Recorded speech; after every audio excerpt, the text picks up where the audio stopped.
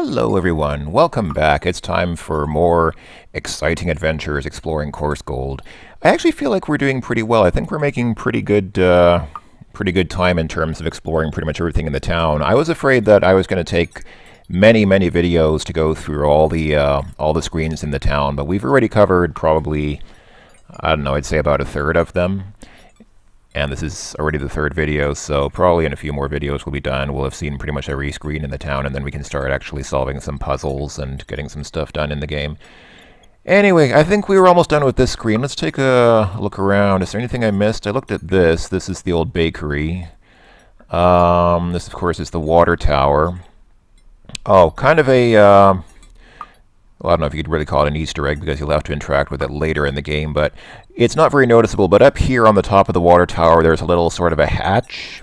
Yeah, there's a small hatch on top of the tower so that you can put things inside the water if you need to. Oh, there's also a metal pole that projects up from the roof of the water tower.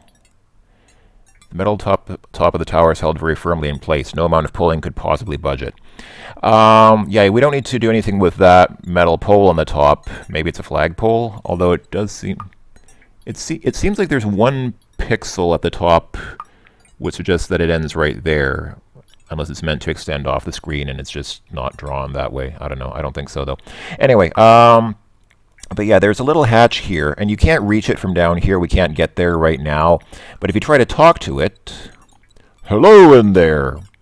There's nobody in here but us E. coli! I thought that was kind of amusing. Anyway, what else? What did I not look at here? Some old farming and milling equipment sits in disrepair further back on Collier Bluff.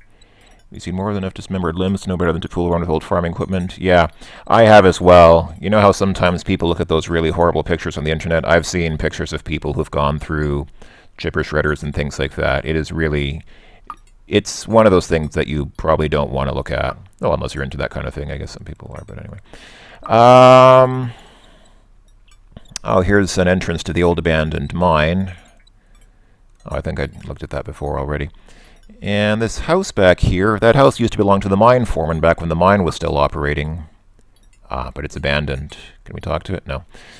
And...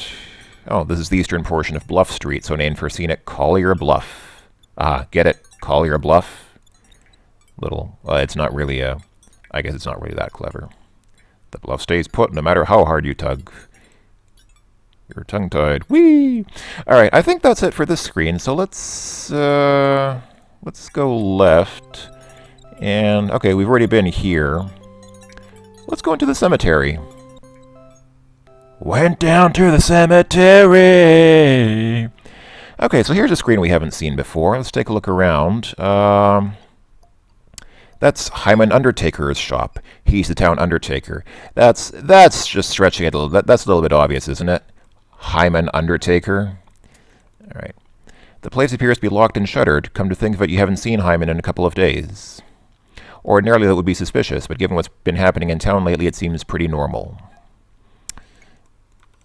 And there is a noose hanging here. I don't think that the noose necessarily has anything to do, or does it have anything to do with... No. A noose swings lazily in the breeze, always a gloomy sign. No noose is good news. I don't think the noose has anything to do with the Undertaker's place. I think they just happen to be next to each other, but anyway. Oh, it's Temple Beth Gesundheit. The synagogue is closed. There are no Jews in Coarsegold, and there never were, but the building contractor and the architecture had fun scaring the folks of Coarsegold. Scaring them with the idea that there are Jews in the city. Oh no. But it's not within reach. Hey, what's news? How's it hanging? Not too well. Talk to you later. I'm tied up right now. Yeah, okay. See what I mean about the corny puns? Sometimes you just get something like that out of left field and it's like, wow, where'd that come from? The trees of Coarsegold, like the citizens, grow gnarled and bent. Branches are high out of reach. It's a perspective thing. All right. Let's see. Back here we have some pretty desert scenery. Someone made a mess of the desert. Ha. The horizon is way off in the background. You can't reach it from here. Or should that be the background is way off on the horizon? This is world-famous Bad Rock, so called because of the day many years ago that part of it dislodged and just missed a carriage full of students on their way to Chowchilla. It was a black, black day. which is why they eventually turned it into a movie, Black Day at Bad Rock. I'm sure that's a reference to something, but besides that, if it just missed the carriage full of students, then why is that a black, black day? I mean, if it fell and killed a whole carriage full of students, that would be pretty sad, but if it actually missed them and people survived and nobody died, then is it really... I don't know. You can't reach it, which is a damn good thing. Otherwise, you'd have the weight of the world on your shoulders. Is that it? I don't know. I don't quite get that joke either. All right. A robust, healthy, prickly pear cactus grows near the edge of Reboot Hill. Must be all the nitrogen-rich fertilizer in the local soil. Go prick on somebody your own size. A rickety old fence stands by Collier Bluff, ready to fall down at any second. You give it a shake and the whole length of fence quivers. Dry rot and bullet holes have sapped the wood of its strength. All right. I guess there's an outhouse here, but we probably can't use it from here since we're inside the cemetery and it's all fenced in. Reboot Hill isn't a very creepy cemetery. The Coarsegold founding fathers couldn't afford creepy. Creepy is extra. All right. You leave that graveyard right there. It's being used by the residents. All right. So...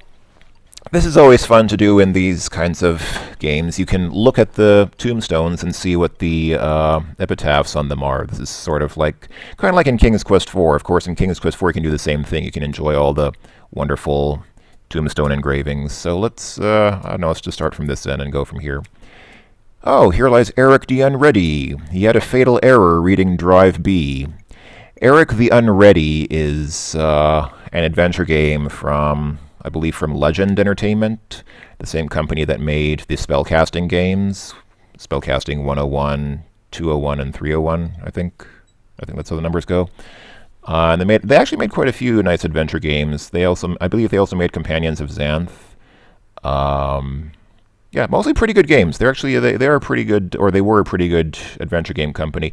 Most of them are text adventures. Like Eric the Unready is actually, it's not a 3D animated adventure like this one. You don't see your character walking around. It's mostly just a text adventure with pictures to show the location, but they're static images and not really animated. So, but anyway, let's see. Here lies Les Mownley. He died with his shrink wrap still on. Are these all references to other adventure games? This is very clearly meant to be a reference to Les Manley, who has two other adventure games to his name. There's Les Manley Search for the King and Les Manley Lost in L.A. Both of them also pretty good adventure games, in my opinion. Pretty much like a Sierra 3D animated adventure, I guess. Pardon our dust, but here we grow again. A new grave is being erected on this site in honor of Philip de Graves. Looks like your dear friend Philip has passed on. Gee, it seems like only a day or two ago you filled a prescription for him. Uh-oh. Joke, of course, being that he probably died because of... yeah, anyway. Here lieth James Ernest Haufer. Aha! You'd always wondered where Jimmy Hoffa was buried. Of course, reference to Jimmy Hoffa. What's back here? The epitaph reads, Poor Prudence Brown was merely dozing, never woke, now decomposing. Oh boy, it's one of those rare Burma shave headstones. Beneath this plot lies Edward Fiskers. His time grew short, but not his whiskers. Burma shave. That is a, I don't know how much I want to say about that, but for those of you who don't know, Burma Shave used to be a brand of, I guess, of shaving cream, or shaving something. Was it maybe shaving, like razors? I don't think it was razors. I'm pretty sure it was shaving cream. And what they did was they would actually advertise, they would have roadside advertising where there would be several signs in a row. And usually the poems, they would be like poems that took this form. So, you know, you'd pass a sign that had the first line, and then a little while later down the road, you'd pass another sign with a second line. And so you'd pass like 4 or 5 different signs, one after the other, and each one had a subsequent line in a little sort of poem that would be funny. That's from a long time ago. That's from, gosh, when was that a thing? That was pretty much before any of us were born. If you're under 40, I think. That's well before your time. I wasn't even alive when that was a thing. Anyway. Under this rock lies Ernie Fleabeak. Mere text cannot describe how he'll be missed. Okay. Here lies Butch Casualty. He also cheats, steals, murders, and writes bad checks. I guess a reference to Butch Cassidy. The tall stone fence posts are pebbled and worn from years of rain, wind, and tourists. Okay, that's a fence post, not a tombstone. Did I already? Yeah, I guess we saw them all. Perched on top of this post is an angel, her arms outstretched. At the base of the statue is a small plaque which reads, "I love you this much!" Couldn't you just surrender your lunch? Let's see, can we do anything with the graves? Not going to do any gravestone tipping in this game. The heavy gravestone is being held in place by a mysterious force. Perhaps it's gravity. Hey, those temporary headstones are set in place real good. This stone seems to be set in place with cement overshoes. You'd give yourself a hernia and hear from Ed's Eternia, Burma Shave. Poor Prudence Brown would groan and moan if you attempt to steal her stone. The stone wobbles slightly, but it's far too heavy to move any more than that. The stone is immovable. Wait, did I look at that stone? Yes, I did. Don't steal this headstone. That's the worst kind of grave robbing. Okay, all right. The fence posts feel, yeah, it gives you the same messages when you look at them. Then it says, of course, you could have known that just by looking at them. This is one of those jokes that sort of assumes that you'll do things in a certain order. It assumes that you'll look at the fence posts and then touch them, or maybe it assumes vice versa. I don't know. You give the angel a friendly pat on the behind. She seems to glare at you. Apparently she doesn't love you that much. Teen Angel, can you hear me? If she can, she's not interested in chatting. I think I can talk to at least some of these graves. Hey, how'd you die anyway? A ghostly voice carries in the wind, saying, violently. Okay, that's kind of spooky. Hey, tell me something only you dead guys would know. You think you hear a muffled, faint voice saying, okay, you asked for it. April 23rd, in your sleep. Oh dear. Oh dear. Oh no, what have I done? Let's just move on. How's the weather down there? A voice filters up. Rotten. Haha. Hey, I like your gravestone. A voice drifts up from somewhere beneath your feet and says, I'm in a box that's 6 feet deep, so shut your mouth and let me sleep. They forgot the Burma Shave that time.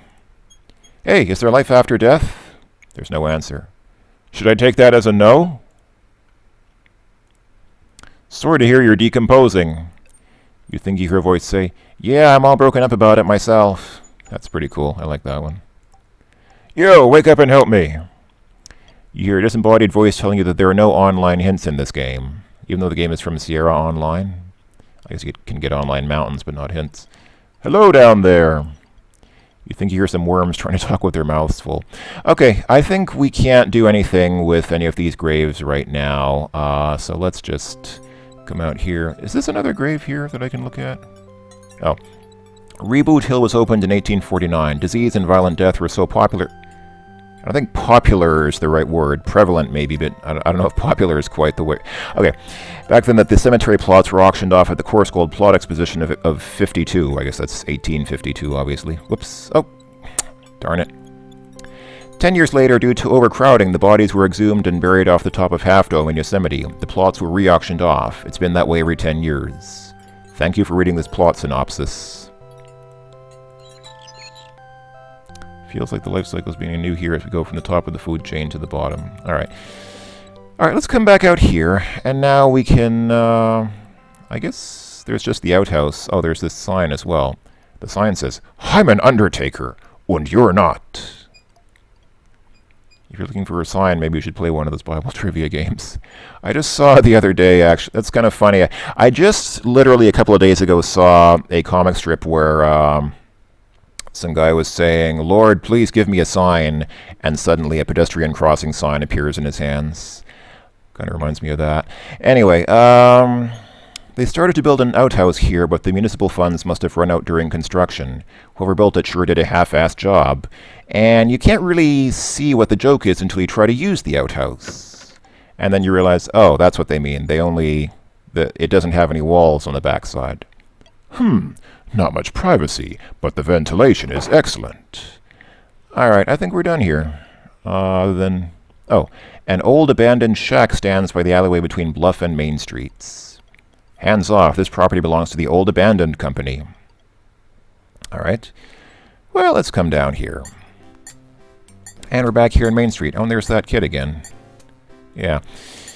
Let's see. This wagon has been lying here in this sad state of repair ever since Mr. Leach, the carriage maker, headed back east to Detroit. It's just an old wreck. It won't help you. Balance Street leads to the north side of town between the bank and the saloon. Okay. You're at the busy corner of Balance Street, which runs north, south, and Main Street.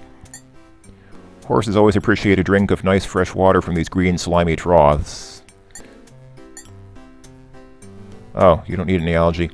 I guess these two troughs are both connected to the same action, because I clicked over here, but Freddy walked over there. Well, I guess it doesn't matter. Alright, this is the only bank in town, the first Bank of Bob. The original owner must have had a hard time coming up with an original name for his establishment.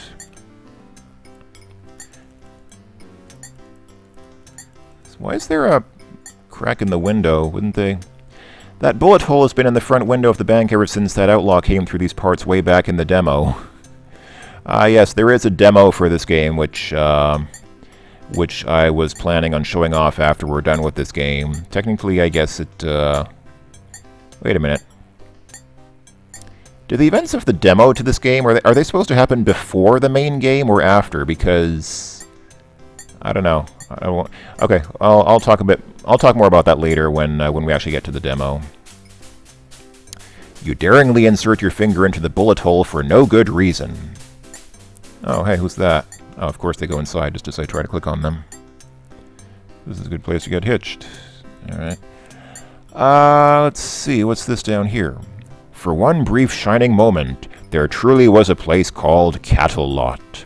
Of course, a joke on Camelot. Alright, let's see. Okay, who's that? Matt Shaker is shaking his doormat out the window again. Could they not think of anything more original than Matt Shaker? It's best not to walk underneath. Well, I guess can't reach him from here. Alright. Let's see. If this old worn-out saddle could only talk, it would probably complain about the prevalence of beans in the standard cowhand diet. Oh. Oh, dear. Oh, dearie me. You don't have a horse. What do you need a saddle for? Why a saddle? I tell you why a saddle. Say you want a horse and you want to get down. Well, you no get down off a horse. You get down off a duck. Alright. Smithy keeps some hay baled up here just for while the horses are in the shop. Hay is for horses. Alright. Under the village chestnut tree, the spreading smithy stands. No, wait, that's not how it goes. Mr. Smith, the village blacksmith, is locally known as Smithy to his friends and customers. You can see they do a lot of very obvious things with the names in this game, like Mr. Smith is the blacksmith. To the best of your recollection, you've never even heard his first name, not that it matters much. Smithy seems like a perfect name for a smithy. Let's see, there's a horse here. Apparently most of the lower half of the horse is in a chop shop somewhere in Los Angeles by now. It's kind of hard to see, I guess. Like, it wasn't immediately obvious to me at first, but the idea is that the horse has no legs. If you look, I mean, I guess it's pretty obvious if you look at it, but I assume that it was just either how it was drawn or maybe it was standing in some mud or something. But yeah, the horse actually has no legs. Never approach a horse from the rear, for several reasons, at least one of which is utterly disgusting. Poor girl. Did some vandals come by and strip you down? Stop being silly. No one can talk to a horse, of course. Well, what's that all about? Why does the horse have no legs? Let's go ahead and take a look at the blacksmith. Smithy, the village blacksmith, is a real hulk of humanity. Damn it, Pharkas. Real men just don't go around and touch another real man, especially when they're as homophobic as we is. Let me talk to this guy. Hey, Matt, quit that. You're getting dust all over everything. Funny, Matt pays no attention to you. All right, let's talk to the blacksmith. You know, Smithy, I've been wondering about that horse of yours. What happened? Concerned neighborhood kids. You just can't leave anything outside at night anymore without them stripping it right down to the axles. How's business, Smithy? Flattering cowplop, Pharkas. And you? Actually, I'm doing okay. Not great, but I'm making it in spite of this mild economic downturn we've been experiencing. Bah! If I could find me a buyer, I'd unload this dump in a second.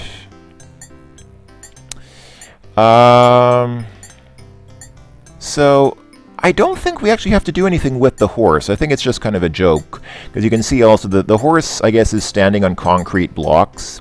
So it's sort of an analogy with what people do with cars when a car gets its wheels taken off or gets its tires taken off. They put the car up on concrete blocks as a form of storage. So the joke is that he did the same with his horse because some kids stole the legs off the horse. Of course, it doesn't really work that way in real life. I don't think you can just steal the legs off a horse.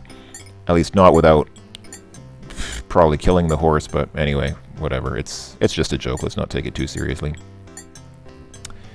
I was actually trying to look at the anvil. Oh, here we go. It's an anvil cast of iron and really, really very heavy. That block of iron is just a wee bit too heavy for you to cart around. Alright. Does Smithy have anything else to say? No, I guess not. Look how masculine he is. So masculine, so manly, what a man. Yeah, he's a blacksmith. Alright, anyway. And Smithy is proud to have the biggest forge in the Sierra. You'd better keep your hands out of that forge, Freddy. It's hotter than a Fresno roofer in August, to use the local vernacular. Alright. Okay, I guess that's all. Let's go inside the Bank of Bob. Okay. Let's see. I guess that's the banker? Sitting behind the counter is P.H. Ballens, current owner and operator of the Bank of Bob. Of course, the joke on P.H. Ballens from chemistry. Yeah, and he's a bore and a lice-infested jerk. Come again? Did you say something, Pharkas? I said you were more than just a nice, respected clerk. Oh, that's very different. Yeah, this is a running gag in the game. Every time anything happens with this banker, Freddy Pharkas mutters something insulting about him, and then the banker says, What did you say? And then Freddy says something nice. Let's see, what's that in the corner? Phineas H. Ballens has cleverly situated a newfangled box camera up in the corner to photograph customers. Only trouble is most customers don't stand in one place for 15 minutes. It's too high up to reach. That's okay, you'd take a lousy shot anyway. It's P.H. Ballens' clock, eternally set to 3:57 so that he can hustle people out of the bank with a, We're closing in 5 minutes. The vault door is 2 solid feet of case-hardened, high-carbon balsa wood, painted gray to look metallic and fool would-be bank robbers. Okay. Tut, Freddy, my boy. Y'all can't get in that door without the combination. I'll be happy to bring out your safe deposit box, as long as you've got the key. Well, no we don't. We have... That's the church key, and that's the key to our pharmacy, but we don't have the safe deposit box key yet. We probably will later. One of the local plants pulled up and potted. Excuse me there, Mr. Pharkas. Please don't touch the poison ivy. A couple of pretty cameo portraits of P.H. Ballens' favorite pinup girl. That Carrie Nation. What a looker. You'd never get away with them. Let's see. It's Phineas's file cabinet. Mr. Pharkas, those are bank files. They're not for your perusal. Under your breath, you say. Right, you depraved rotten old ass. Excuse me, what was that you said? I said, you're brave and you've got class. Oh, yes, that is correct, sir. A masterful portrait of P.H. Ballens' father, Bacillus... Oh, seriously? Bacillus ophiclide balance, or BOB for short. It's got a little plaque.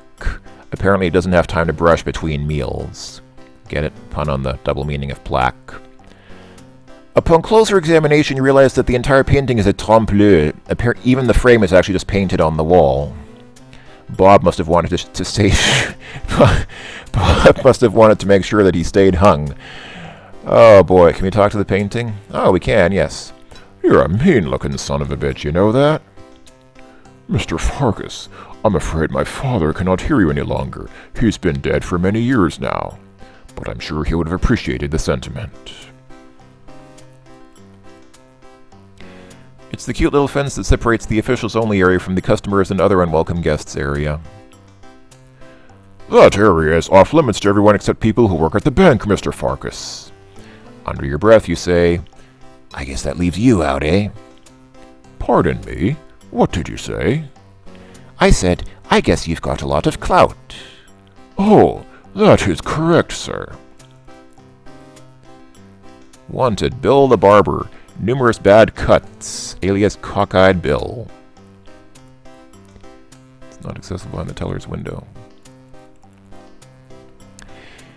This is a velvet mural that depicts the driving of the Golden Spike as performed by a toreador and a couple of children with really big, sad eyes. Is that supposed to, I feel like that's also supposed to be a reference to something, but I don't know what. You don't want it. You saw it at the Starving Artist of Fresno sale and you decided it wasn't worth the 14 cents they wanted for it. It's always nice to see a small town like Coarsegold get some big city tackiness like this horrible chandelier. I understand that certain ruffians enjoy swinging from the chandeliers, Mr. Pharkas, but if it's not too much trouble, please try to restrain yourself. Under your breath, you say, you're just a warped, frustrated old man. Pardon me, what was that you just said? I said, you're a warm, first-rated old man. Oh, yes. There's a register here for new customers. If they sign in, they'll get all the usual brochures prompting them to take advantage of the Bank of Bob's home equity loans and other really smart investments. You thumb through the register. How about that? You didn't know that little Charlie Keating kid had an account here. What? Well, you reflect, that's how little acorns grow into mighty oaks, 1 penny at a time or something like that. Okay, I don't know what that's about. A quill pen for filling out slips, signing the register, and stuff like that. You won't need to sign anything, alright? It's a heavy table where customers can fill out bank slips, examine safe deposit boxes, and so on. There's nothing on the desk you need to take, alright? It's a real authentic mohair rug, much like the one PH Balance wears on his head. After all, he needs much mohair than he really has. Nope, no trapdoors, keys, dirt, or blank checks. Alright, let's talk to this guy. I think that's the one thing I didn't try to do in this room yet. Please keep your grubby hands to yourself. You whisper, sotto voce. Yeah, how'd you like me to turn your butt into the old IRS, you goat? Did you say something? I said, how I would love a turn at buttoning your old squire's blue coat. Oh, thank you. I'll button it myself. Have I told you about our new Columbus Day account? It's a full benefit, non-interest bearing account. Does he just... Oh, he just tells us about the different types of bank accounts. Did you hear about our Easter Club account? We may even make it an interest-bearing account if we can bear to part with the interest. Yes, sir. Our latest Halloween passbook account is very innovative. We give you 0% interest and only charge you a nominal fee. That doesn't sound very innovative to me, sir. Well, I guess it's innovative in a certain way, but not in the kind of way that would make people want to... We have a new Yom Kippur savings account. Irving over at the deli in Bass Lake just opened one up. I'm sure he'd recommend it. You know, this is the last day to be eligible for interest-free Secretary's Day checking account. It's only $27 per month, and we bill your secretary. Soon it'll be time for the St. Patrick's Day promotion. We give you the account and you give us the green. Tomorrow's my birthday. Leave me a present and I'll open you a PH Balance Birthday Club account. This is kind of like being at an actual bank. They basically try to sell you one of about 20 different types of accounts, all of which are designed to rip you off in the most subtle way possible. For Memorial Day, we're letting you remember us by taking your money and hiding it in our vault. Okay. Okay, that's pretty funny. Alright, I think that's all. Someone's head was accidentally wrapped sharply against the plaster here during an ugly incident in which a customer asked for free checking. How did that happen? Don't pick at it, you'll just make it worse. Let's see, is this plant? Oh yeah, some sort of large potted fern is standing in the corner. Do you like it? That's my plant on premises. Alright, I think, unless I'm missing anything... You see the green flocked wallpaper, rough-hewn wood floor, and tin tile ceiling of the Bank of Bob, Coarsegold's first and probably last financial institution.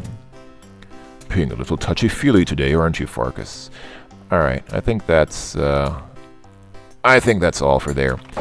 We're coming up on a point when it would be good to end the video, but... I guess I can do one more screen. So if we come back here... This takes us back to where the game started. This is this screen over here. And if we go left from here... Yeah, here's the bridge over the river. So, you wonder why the waters of Blackwater Creek are so black, and gooey, and disgusting. Well, I don't know. Wouldn't it be nice to trail your hand lazily in the cool waters of Blackwater Creek? No, it wouldn't, because the currents would lazily rip your arm off. Okay. The rusty tracks of the fish camp and Pacific Railroad used to continue across the trestle here and wended their way to exciting far-off places like Fresno. The train doesn't come here anymore ever since the trestle collapsed and the train sunk into the swamp. No more lumber shipments. No more ice deliveries. No more personal hygiene products. Oh dear. You slide your hand back and forth across the rusty tracks, getting a little rust burn in the process. The Robertson Cliffs overlook the thick, beautiful, shimmering waters of Blackwater Creek. The old bridge still offers shaky access to the desert to the west. It's the old bridge. Whoops. Oh. This is another running gag in the game. Considering the condition of this old bridge, you may only have about 3 crossings left. That implies that it's kind of like in King's Quest II, where you can only cross the bridge over the chasm a set number of times before it just gives way and you die. Actually, I think it's a hoax, because I don't think it ever happens. I don't think you ever actually fall off the bridge and die. So I think that's just the game messing with us. But, that's the piece that holds together the entire bridge! Actually, it's not. But do you think we're going to be so stupid as to tell you which piece actually does hold the entire bridge together? Guess not. Alright, it's the old bridge. Coincidentally, the only thing that keeps the bridge from falling into the mouth of the river is polygrip. Alright. Let's see. One of River and Sigh's horses is out frolicking in the spring sun. Well, maybe it's not frolicking exactly. This is one of River and Sigh Hallelujah's horses. Or so you've heard. The horse is too far back from the fence for you to touch. The horse is humming "Don't Fence Me In" and doesn't care to be petted. Here, horsey, horsey, horsey! There's no response. Maybe he's too hoarse to talk right now. Ha, lol. Here, horsey, here, horsey! The horse seems to be saying, "Here meaning what? Here meaning if I come over there I'll get a patronizing pat on the nose for my trouble? I smell no carrots on you. I smell no lumps of sugar. Forget you." Since when did horses turn into cats? Alright, oh yeah, we already saw that. Yes, the scenery is so beautiful that you'd love to take it with you, but you can't. This is real life, not some weird computer game. Indeed. River now, the horses mosey around in this corral. Don't open the corral, you'll let the horses out. Alright. And I guess we can end then over here. This is actually the last screen of the game in the westerly direction. The game does not let you walk farther than this. In fact, you can't even...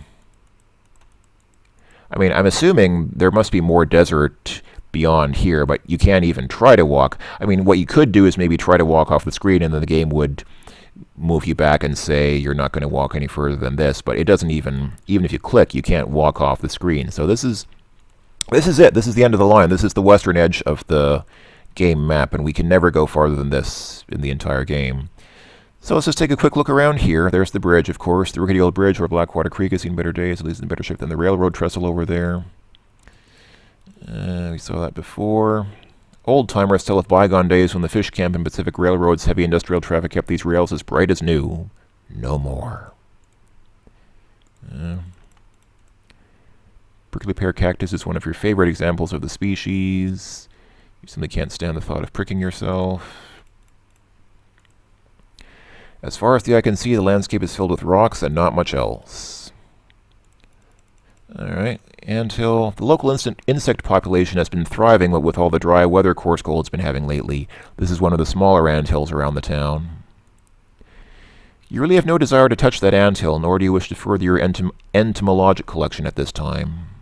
Can we talk to the ants? Hey, what are you ants doing here anyway? They don't even stop, let alone crack a smile.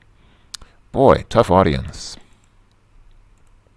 Some splendid saguaro cacti off the countryside. You're not thirsty for cactus juice right now. The locals say this creek wasn't nearly so deep back in the old days. You suppose it's just another example of the creative activities of that famous Armenian landscape artist, soil erosion. Okay. You can't face exploring that cliff face. Actually, we can. Let's go ahead and save our game here, since it's time to end the video anyway. And let's just see what happens if we just sort of casually try to...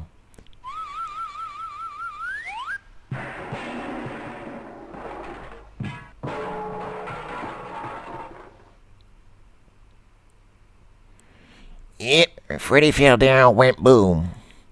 It were a sad day. We found him all squished and not really living anymore. Of course, we had our own problems to deal with all of a sudden, like, that's about when the town of Coarsegold ceased to exist as we done know it. But that's another story, boys and girls. I got to be alone with my thoughts for a while.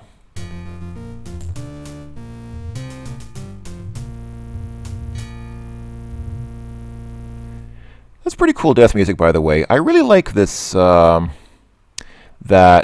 I mean, it's just a very short piece of music, but I like that music that it plays when you die. In fact, I like it so much. Let's listen to that again. When you...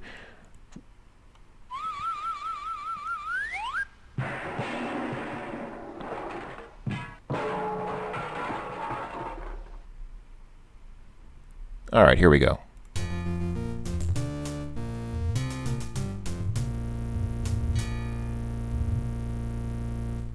Okay, so yes, it is possible to die in this game. By